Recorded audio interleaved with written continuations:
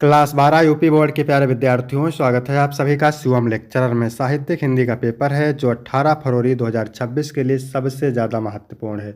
मेरे प्यारे बच्चों, पूरा पेपर एकदम अच्छे से आंसर के साथ हल करके आपको बताने वाले हैं, तो आप लोग वीडियो को पूरा अंत तक देखिएगा। यदि आप वीडियो को अंत तक देखते हैं तो ये मेरी गारंटी है कि आप बोर्ड एग्ज़ाम 2026 में हिंदी में 95 प्लस अंक जरूर लेकर आओगे। यह एक वायरल पेपर है मेरे प्यारे बच्चों। सेम ऐसा ही पेपर आपके बोर्ड एग्जाम 2026 में पूछा जाएगा। समय 3 घंटे 15 मिनट का होता है मेरे प्यारे बच्चों, और पूर्णांक होता है 100 का। यहाँ पर थोड़ा सा निर्देश देखते हैं क्या है। प्रारंभ के 15 मिनट परीक्षार्थियों को प्रश्न पत्र पढ़ने के लिए निर्धारित है। इस प्रश्न पत्र में 2 खंड हैं। दोनों खंडों के सभी प्रश्नों के उत्तर देना अनिवार्य है। तो सभी लोग वीडियो को लाइक करेंगे, चैनल पर नए होंगे चैनल को सब्सक्राइब करेंगे, शेयर करेंगे। चलिए वीडियो को शुरू करते हैं। खंड का प्रश्न नंबर 1 का है, आरोहण प्रमुख स्वामी जी के साथ मेरा आध्यात्मिक सफर कृत के रचनाकार हैं। Rahul Sankrityayan, doctor APJ Abdul Kalam, Phanishwarnath Renu, Bharatendra Harishchandra. तो आरोहण प्रमुख स्वामी जी के साथ मेरा आध्यात्मिक सफर रचना के रचनाकार हैं डॉक्टर एपीजे अब्दुल कलाम। दूसरा ऑप्शन राइट हो जाएगा। प्रश्न नंबर 1 का है, महके आंगन चहके द्वार के लेखक हैं। राम वृक्ष बेनीपुरी, कन्हैया लाल मिश्र प्रभाकर, हजारी प्रसाद द्विवेदी, हरिशंकर प्रसाई। कमेंट करेंगे तो महके आंगन चहके द्वार के लेखक हैं कन्हैया लाल मिश्र प्रभाकर। दूसरा ऑप्शन राइट हो जाएगा। यदि आपको इसका पीडीएफ चाहिए तो डिस्क्रिप्शन में टेलीग्राम की लिंक मिल जाएगी, वहां से टेलीग्राम ज्वाइन करेंगे आपको पीडीएफ मिल जाएगा। फिर प्रश्न नंबर 1 का है, हिंदी की प्रथम कहानी किसे माना जाता है। 11 वर्ष का समय, रानी केतकी की कहानी, इंदुमती दुलाई वाली। तो हिंदी की प्रथम कहानी माना जाता है इंदुमती को। हिंदी की प्रथम कहानी इंदुमती को माना जाता है। इंदुमती कहानी के लेखक हैं किशोरी लाल गोस्वामी। किशोरी लाल गोस्वामी। 11 वर्ष का समय कहानी है आचार्य रामचंद्र शुक्ल की। 11 वर्ष का समय कहानी किसकी है? आचार्य रामचंद्र शुक्ल की। और रानी केतकी की कहानी है, रानी केतकी की कहानी है इंसाह अल्लाह खां की। ठीक है। और दुलाई वाली किसकी कहानी है? कमेंट करके इसका आंसर आप बताएंगे। इसके बाद अगला प्रश्न है, निम्नलिखित में से कौन सी रचना अज्ञेय का यात्रा वृत्तांत है। स्मृति लेखा, एक बूंद सहसा उछली, आंगन के पार द्वार, अपने अपने अजनबी। ठीक है। तो एक बूंद सहसा उछली, ये सच्चिदानंद हीरानंद वात्स्ययन का क्या है? यात्रा वृत्तांत है। दूसरा ऑप्शन राइट हो जाएगा। आंगन के पार द्वार, ये सच्चिदानंद हीरानंद वात्स्ययन का क्या है? उपन्यास है। ठीक है। आंगन के पार द्वार क्या है? कविता संग्रह है। आंगन के पार द्वार कविता है, कविता संग्रह है। और अपने अपने अजनबी अज्ञेय का उपन्यास है। स्मृति लेखा कविता संग्रह है अज्ञेय का। इसके बाद अगला प्रश्न है, मुंशी प्रेमचंद्र द्वारा संपादित पत्र है। हंस है, हिंदी प्रदीप है, दिनमान है या फिर सारिका है। तो मुंशी प्रेमचंद्र द्वारा संपादित पत्रिका है हंस। ठीक है।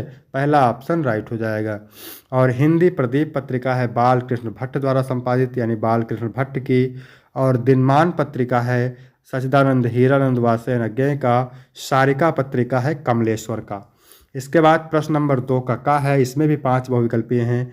परिमल के रचनाकार हैं जयशंकर प्रसाद, गजानन माधव मुक्तिबोध, सूर्यकांत त्रिपाठी निराला, अज्ञेय। तो परिमल, सूर्यकांत त्रिपाठी निराला। तीसरा ऑप्शन राइट हो जाएगा। चांद का मुटेढ़ा है कविता संग्रह के रचनाकार हैं गिरजा कुमार माथुर, नागार्जुन, अज्ञेय, गजानन माधव मुक्तिबोध। तो चांद का मुटेढ़ा है कविता संग्रह के रचनाकार हैं गजानन माधव मुक्तिबोध। इसके बाद अगला प्रश्न है, द्विवेदी युग के कवि हैं। द्विवेदी युग के कवि हैं केदारनाथ अग्रवाल, सर्वेश्वर दयाल सक्सेना, राम नरेश त्रिपाठी और नरेश मेहता। तो राम नरेश त्रिपाठी द्विवेदी युग के कवि हैं। तीसरा ऑप्शन करेक्ट हो जाएगा। केदारनाथ अग्रवाल क्या है? केदारनाथ अग्रवाल प्रगतिशील काव्यधारा के प्रमुख कवि हैं। सर्वेश्वर दयाल सक्सेना समकालीन कविता के प्रमुख कवि हैं। नरेश मेहता क्या हैं? प्रयोगवादी और नई कविता के कवि हैं। इसके बाद अगला प्रश्न है, मैथिली शरण गुप्त की रचना नहीं है। सिद्धराज, पंचवटी, भारत भारती, खून की छींटे। तो खून की छींटे मैथिली शरण गुप्त की रचना नहीं है, यह है भगवत शरण उपाध्याय की। भगवत शरण उपाध्याय की। तो आपका चौथा ऑप्शन करेक्ट हो जाएगा। इसके बाद अगला प्रश्न है, जयशंकर प्रसाद की रचना नहीं है। कामायनी नहीं है, कारण कुसुम नहीं है, वैदेही वनवास नहीं है या फिर लहर नहीं है। तो जयशंकर प्रसाद की रचना क्या नहीं है, वैदेही वनवास नहीं है। तीसरा ऑप्शन राइट हो जाएगा, वैदेही वनवास अयोध्या सिंह उपाध्याय हरिओत की रचना है। इसके बाद मेरे प्यारे बच्चों प्रश्न नंबर 3 है, दिए गए गद्यांश पर आधारित निम्नलिखित प्रश्नों के उत्तर दीजिए। मोस्ट इंपॉर्टेंट गद्यांश है, इसको जरूर आप तैयार करके जाइएगा। माता अपने सब पुत्रों को समान भाव से चाहती है, इसी प्रकार पृथ्वी पर बसने वाले जन बराबर हैं, उसमें ऊंच और नीच का भाव नहीं है। जो मातृभूमि के साथ जुड़ा हुआ हो है वह समान अधिकार का भागी है। पृथ्वी पर निवास करने वाले जनों का विस्तार अनंत है। नगर और जनपद, पुर और गांव, जंगल और पर्वत नाना प्रकार के जनों से भरे हुए। तो हम एक चीज़ आपको बता दें इसकी ट्रिक, जहाँ पर जन शब्द दिख जाए, माता शब्द दिख जाए, भूमि शब्द दिख जाए, पृथ्वी शब्द दिख जाए, ठीक है, तो आप समझ जाइए कि राष्ट्र का स्वरूप चैप्टर से लिया गया है। तो पहला क्वेश्चन है, उपयुक्त गद्यांश के पाठ और लेखक का नाम। तो पाठ का नाम हो जाएगा राष्ट्र का स्वरूप, लेखक का नाम हो जाएगा वासुदेव शरण अग्रवाल, ठीक है। फिर है रेखांकित अंश की व्याख्या। तो व्याख्या मेरे प्यारे बच्चों किसकी करना है, जिसकी रेखा खींची हुई है यहाँ से लेकर के यहाँ तक की। चलिए देखते हैं कैसे लिखना है। पृथ्वी पर रहने वाले मनुष्यों की संख्या असीमित है, जो नगरों, गांवों, जंगलों और पहाड़ों में विभिन्न रूपों में फैले हुए हैं। इसका अर्थ है कि पृथ्वी पर जीवन का विस्तार बहुत विशाल और विविध है। इसके बाद तीसरा है, समान अधिकार का भागी कौन है। तो जो मातृभूमि के साथ जुड़ा हुआ है वह समान अधिकार का भागी है, आपने अभी पढ़ा हुआ था। इसके बाद अगला प्रश्न है, पृथ्वी पर किसका विस्तार अनंत है। तो पृथ्वी पर निवास करने वाले जनों का विस्तार अनंत है। अनंत और जनपद शब्द का अर्थ, तो अनंत का अर्थ होता है जिसका कोई अंत ना हो, जनपद का अर्थ होता है एक ऐसा स्थान या क्षेत्र जहाँ लोग रहते हैं, जनपद का मतलब जिला, ठीक है। इसके बाद में अथवा करके दिया है, ये भी वेरी वेरी मोस्ट इंपॉर्टेंट है। भाषा स्वयं संस्कृति का एक अटूट अंग है। तो जहाँ पर भाषा शब्द दिख जाए और भाषा की बात हो तो समझ जाइए आप, भाषा और आधुनिकता चैप्टर से लिया गया है। संस्कृति परंपरा से निश्चित पर भी परिवर्तनशील और गतिशील है। उसकी गति विज्ञान की प्रगति के साथ जोड़ी जाती है। वैज्ञानिक आविष्कारों के प्रभाव के कारण उद्भूत नई सांस्कृतिक हलचलों को शाब्दिक रूप देने के लिए भाषा के परंपरागत प्रयोग पर्याप्त नहीं है। इसके लिए नए प्रयोग की, नई भाव योजनाओं को व्यक्त करने के लिए नए शब्दों की खोज की महती आवश्यक है, ठीक है। यहाँ पर देखिए पहला क्वेश्चन क्या पूछ रहा है, उपयुक्त गद्यांश का संदर्भ लिखिए। तो प्रस्तुत गद्यांश प्रोफेसर जी सुंदर रेड्डी द्वारा लिखित भाषा और आधुनिकता नामक निबंध से अवतरित है। दूसरा है, नए शब्दों की खोज की आवश्यकता क्यों होती है। तो भाव योजनाओं को व्यक्त करने के लिए नए शब्दों की खोज की आवश्यकता होती है। भाषा किसका अभिन्न अंग है। तो भाषा संस्कृत का अभिन्न अंग है, ठीक है। इसके बाद है, किसकी गति विज्ञान की प्रगति के साथ जोड़ी जाती है। तो भाषा संस्कृत की परंपरा से निःसृत होने के बावजूद विज्ञान की प्रगति के साथ जोड़ी जाती है। अगला प्रश्न है, रेखांकित अंश की व्याख्या। तो चलिए देखते हैं किसकी व्याख्या करना है। तो व्याख्या करना है यहाँ से लेकर के यहाँ तक की, ठीक है। तो देख लेते हैं कैसे लिखना है। लेखक का कहना है कि भाषा संस्कृत का अभिन्न अंग है, क्योंकि संस्कृति की अभिव्यक्ति का माध्यम भाषा ही है। संस्कृति की रचना और विकास परंपराओं द्वारा होता है। परंपराएं क्योंकि परिवर्तनशील होती है, इसलिए संस्कृति भी एक जैसी नहीं रहती, वह भी परंपराओं की तरह बदलती रहती है। इस रूप में हम कह सकते हैं कि संस्कृति गतिशील होती है। इसके बाद प्रश्न नंबर 4 है, दिए गए पद्यांश पर आधारित निम्नलिखित प्रश्नों के उत्तर दीजिए। भी 10 अंक का है। तो राधा पवन से कहती है कि हे पवन, मथुरा जाते समय यदि रास्ते में कोई लज्जा से युक्त पथिक महिला दिखाई दे तो तुम उस सुंदरी के कपड़े को मत उड़ाना, और यदि वह थोड़ी सी भी थकी हो तो उसे गोद में लेकर के उसकी थकान को दूर कर देना, और उसकी ओंठों की और कमल मुख की मलिनता को मिटा देना, और कमल के समान मुख की और ओंठों की मलिनता को मिटा देना। यदि कोई किसान स्त्री थकी हुई खेत में दिखाई दे तो धीरे धीरे उसको स्पर्श करके उसकी क्लांतियों को मिटा देना। यदि कोई आकाश मार्ग में बादल का टुकड़ा जा रहा हो तो उसे ला करके गर्मी से तपी हुई भूतांगना के ऊपर, स्त्री के ऊपर छाया करना और उसे सुख प्रदान करना, ठीक है। तो पहला क्वेश्चन है, उपयुक्त पद्यांश के शीर्षक और कवि का नाम। तो शीर्षक है पौनद्युतिका, कवि है अयोध्या सिंह उपाध्याय हरिओत। दूसरा है रेखांकित अंश की व्याख्या, तो मैंने पूरी आपको बता दिया है। इसके बाद तीसरा प्रश्न है, राधा पौनद्युतिका से राह में पथिकों के साथ कैसा व्यवहार करने को कहती है। तो पथिकों के साथ परोपकार का व्यवहार करने को कहती है। अगला प्रश्न है, राधा ने पौनद्युतिका को पथिक कृषक स्त्री के ऊपर किसके द्वारा छाया करने को कहा तो राधा ने पौंदूतका को पथिक कृषक स्त्री के ऊपर मेघ द्वारा छाया करने को कहा। कृषक ललना में मानवीकरण है और उपमा अलंकार है। इसके बाद अथवा करके दिया है, ये भी मोस्ट इम्पॉर्टेंट है।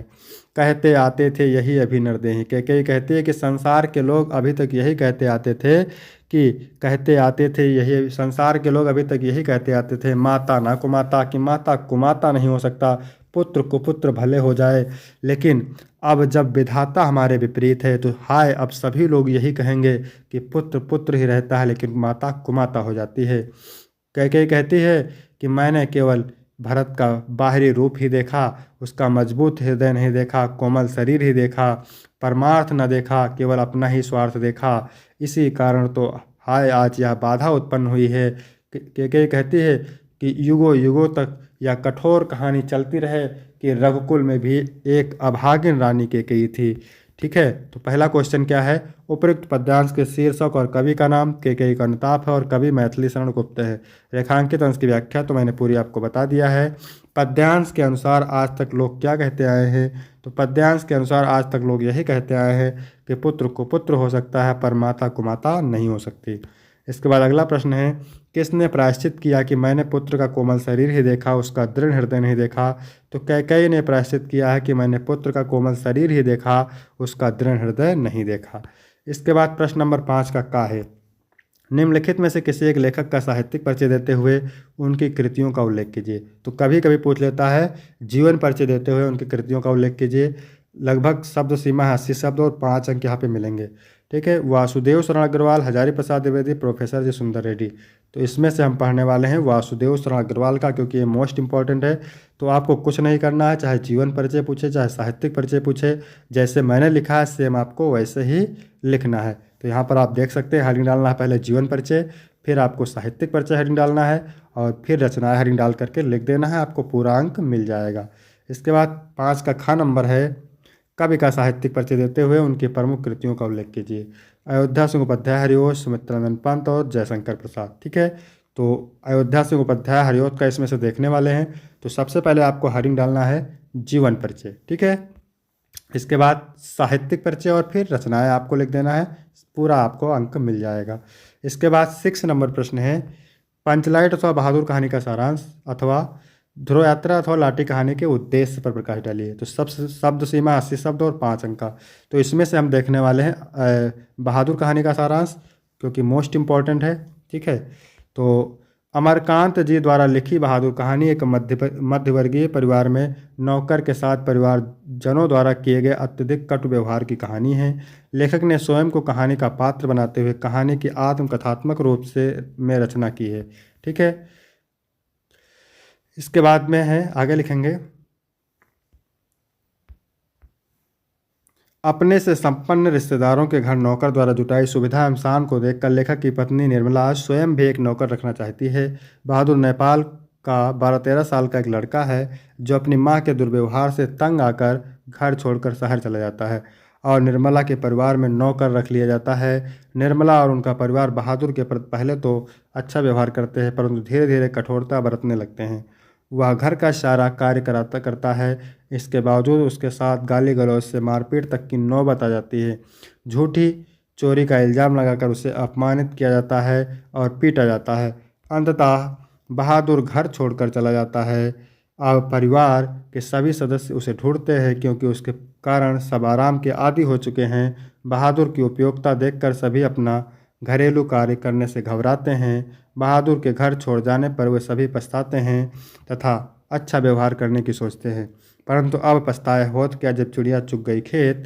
बहादुर में सहनशीलता और स्वाभिमान की भावना कूट कूट कर भरी हुई है। उसके इसी चरित्र के कारण यह कहानी हमें प्रिय है। इसके बाद 7 नंबर प्रश्न है, 100 पठित खंड काव्य के आधार पर किसी एक खंड के एक प्रश्न का उत्तर लिखिए। ठीक है, तो ये खंड काव्य अलग अलग जिले के लिए अलग अलग खंड काव्य है, तो इसको आप तैयार करेंगे। फिर है खंड खा। प्रश्न नंबर 8 का है, दिए गए संस्कृत गद्यांशों में से किसी एक का संदर्भ सहित हिंदी में अनुवाद कीजिए। तो ये मोस्ट इंपॉर्टेंट है, 7 अंक का है मेरे प्यारे बच्चों। 2 अंक आपको संदर्भ के लिए मिलेंगे और 5 अनुवाद के लिए। ठीक है, तो इसका अर्थ हम देख लेते हैं क्या है, मोस्ट इंपॉर्टेंट है। यह भारत देश धन्य है जहाँ लोगों के मन को पवित्र करने वाली, सुंदर भावों को उत्पन्न करने वाली, शब्दों के समूह को जन्म देने वाली देववाणी संस्कृत भाषा सुशोभित है। विद्यमान वर्तमान साहित्यों में इसका साहित्य सर्वश्रेष्ठ और सुसंपन्न है। यही भाषा संस्कृत के नाम से संसार में प्रसिद्ध है। हमारे रामायण महाभारत ऐतिहासिक ग्रंथ, चारों वेद, सभी उपनिषद, 18 पुराण और अन्य महाकाव्य नाटक आदि इसी भाषा में लिखे गए हैं। संदर्भ लिखना है। प्रस्तुत गद्यांश हमारी पाठ्यपुस्तक संस्कृत दिग्दर्शिका के संस्कृत भाषाएं महत्तम नामक पाठ से अवतरित है। ठीक है। फिर यहाँ पे अथवा करके दिया हुआ है, ये भी मोस्ट इम्पॉर्टेंट है। महामना मदन मोहन मालवीय का जन्म प्रयाग के प्रतिष्ठित परिवार में हुआ था। इनके पिता पंडित ब्रजनाथ मालवीय संस्कृत के सम्माननीय विद्वान थे। इन्होंने प्रयाग के ही संस्कृत पाठशाला और राजकीय विद्यालय म्योर सेंट्रल महाविद्यालय में शिक्षा प्राप्त करके यहीं राजकीय विद्यालय में पढ़ाना शुरू कर दिए। युवक मालवीय अपने प्रभावपूर्ण भाषण से लोगों के मन को मोह लिया, अतः इनके मित्रों ने इन्हें वकालत की पदवी प्राप्त कर देश की श्रेष्ठ सेवा करने के लिए प्रेरित किया। संदर्भ देख सकते हैं आपको कैसे लिखना है। इसके बाद खा नंबर है इसका, दिए गए श्लोकों में से किसी एक का संदर्भ सहित हिंदी में अनुवाद कीजिए। तो सेम वैसे है 2+5, यानी सुख चाहने वाले को विद्या कहाँ, विद्या चाहने वाले को सुख कहाँ। सुख चाहने वालों को विद्या छोड़ देनी चाहिए और विद्या चाहने वाले को सुख छोड़ देना चाहिए। संदर्भ लिखेंगे। प्रस्तुत श्लोक हमारी पाठ्यपुस्तक संस्कृत के सुभाषित रत्नान नामक पाठ से अवतरित है। इसके बाद में फिर अथवा करके दिया है, भी मोस्ट इम्पॉर्टेंट है। जल की एक एक बूंद गिरने से क्रमशः घड़ा भर जाता है। सभी विधानों में धर्म और धन का यही कारण है। इसके बाद 9 नंबर प्रश्न है, निम्नलिखित में से किन्हीं 2 प्रश्नों के उत्तर देना है। 4 अंक आपको मिलेंगे, इन प्रश्नों को आप तैयार करेंगे। फिर है 10 का क, ख और गा। क्या कह रहा है? शांत अथवा हास्य रस, अनुप्रास अथवा रूपक अलंकार, दोहा अथवा चौपाई छंद। तो इसका आपको वीडियो मिल जाएगा अलग से। फिर 11 नंबर प्रश्न है, निम्नलिखित में से किसी एक विषय पर निबंध लिखिए। 9 नंबर का है, मोस्ट इंपॉर्टेंट निबंध है, इसका वीडियो आपको मिल जाएगा। फिर 12 का पहला है, हरे का संधि विच्छेद क्या होता है? तो हरे प्लस ए होता है। क्या होता है? हरे प्लस ए, हरे प्लस ए होता है। इसके बाद है वने अत्र का संधि विच्छेद क्या होगा? वने प्लस अत्र। क्या होगा? वने प्लस वन प्लस अत्र। ठीक है, वने प्लस अत्र हो जाएगा। इसके बाद में रामश्चलित में संधि है, तो इसमें है व्यंजन संधि। क्या है? व्यंजन संधि है। बा वाला ऑप्शन राइट हो जाएगा। इसके बाद खा नंबर है, निम्नलिखित में से किसी एक का विग्रह करके समास का नाम लिखिए। तो प्रतिदिनम में प्रति उपसर्ग है अव्ययीभाव समास, श्वेतांबरम में क्या होता है? बहुब्रीहि समास, और भरपेट में अव्ययीभाव समास। 13 नंबर प्रश्न है, अपने क्षेत्र के पार्क को विकसित कराने के लिए नगर निगम के मुख्य उद्यान निरीक्षक को एक पत्र लिखिए, अथवा विद्यालय की वाद विवाद प्रतियोगिता में प्रथम स्थान प्राप्त करने पर अपने छोटे भाई को बधाई हेतु एक पत्र लिखिए। मोस्ट इंपॉर्टेंट है, इसका भी वीडियो आपको मिल जाएगा। फिर 14 का पहला है, निम्नलिखित में से किसी एक शब्द के धातु एवं प्रत्यय का योग स्पष्ट कीजिए। तो दत्ता में क्या है? दा धातु है और अक्त प्रत्यय है। दा धातु है और अक्त प्रत्यय है। फिर है, निम्नलिखित में से किसी एक शब्द का प्रत्यय लिखिए। ठीक है, तो बल है और मतु प्रत्यय है, ध्यान रखेंगे। इसके बाद में अगला प्रश्न है, रेखांकित पदों में से किसी एक पद में प्रयुक्त विभक्ति तथा संबंधित नियम का उल्लेख कीजिए। भिक्षुका पादेन खज्जास्ते, यानी भिक्षुक पैर से लंगड़ा है। तो एनांग विकारा सूत्र से इसमें तृतीय विभक्ति है। ठीक है, ग्रामम अभिता, यानी गांव के चारों ओर, इसमें द्वितीय विभक्ति है।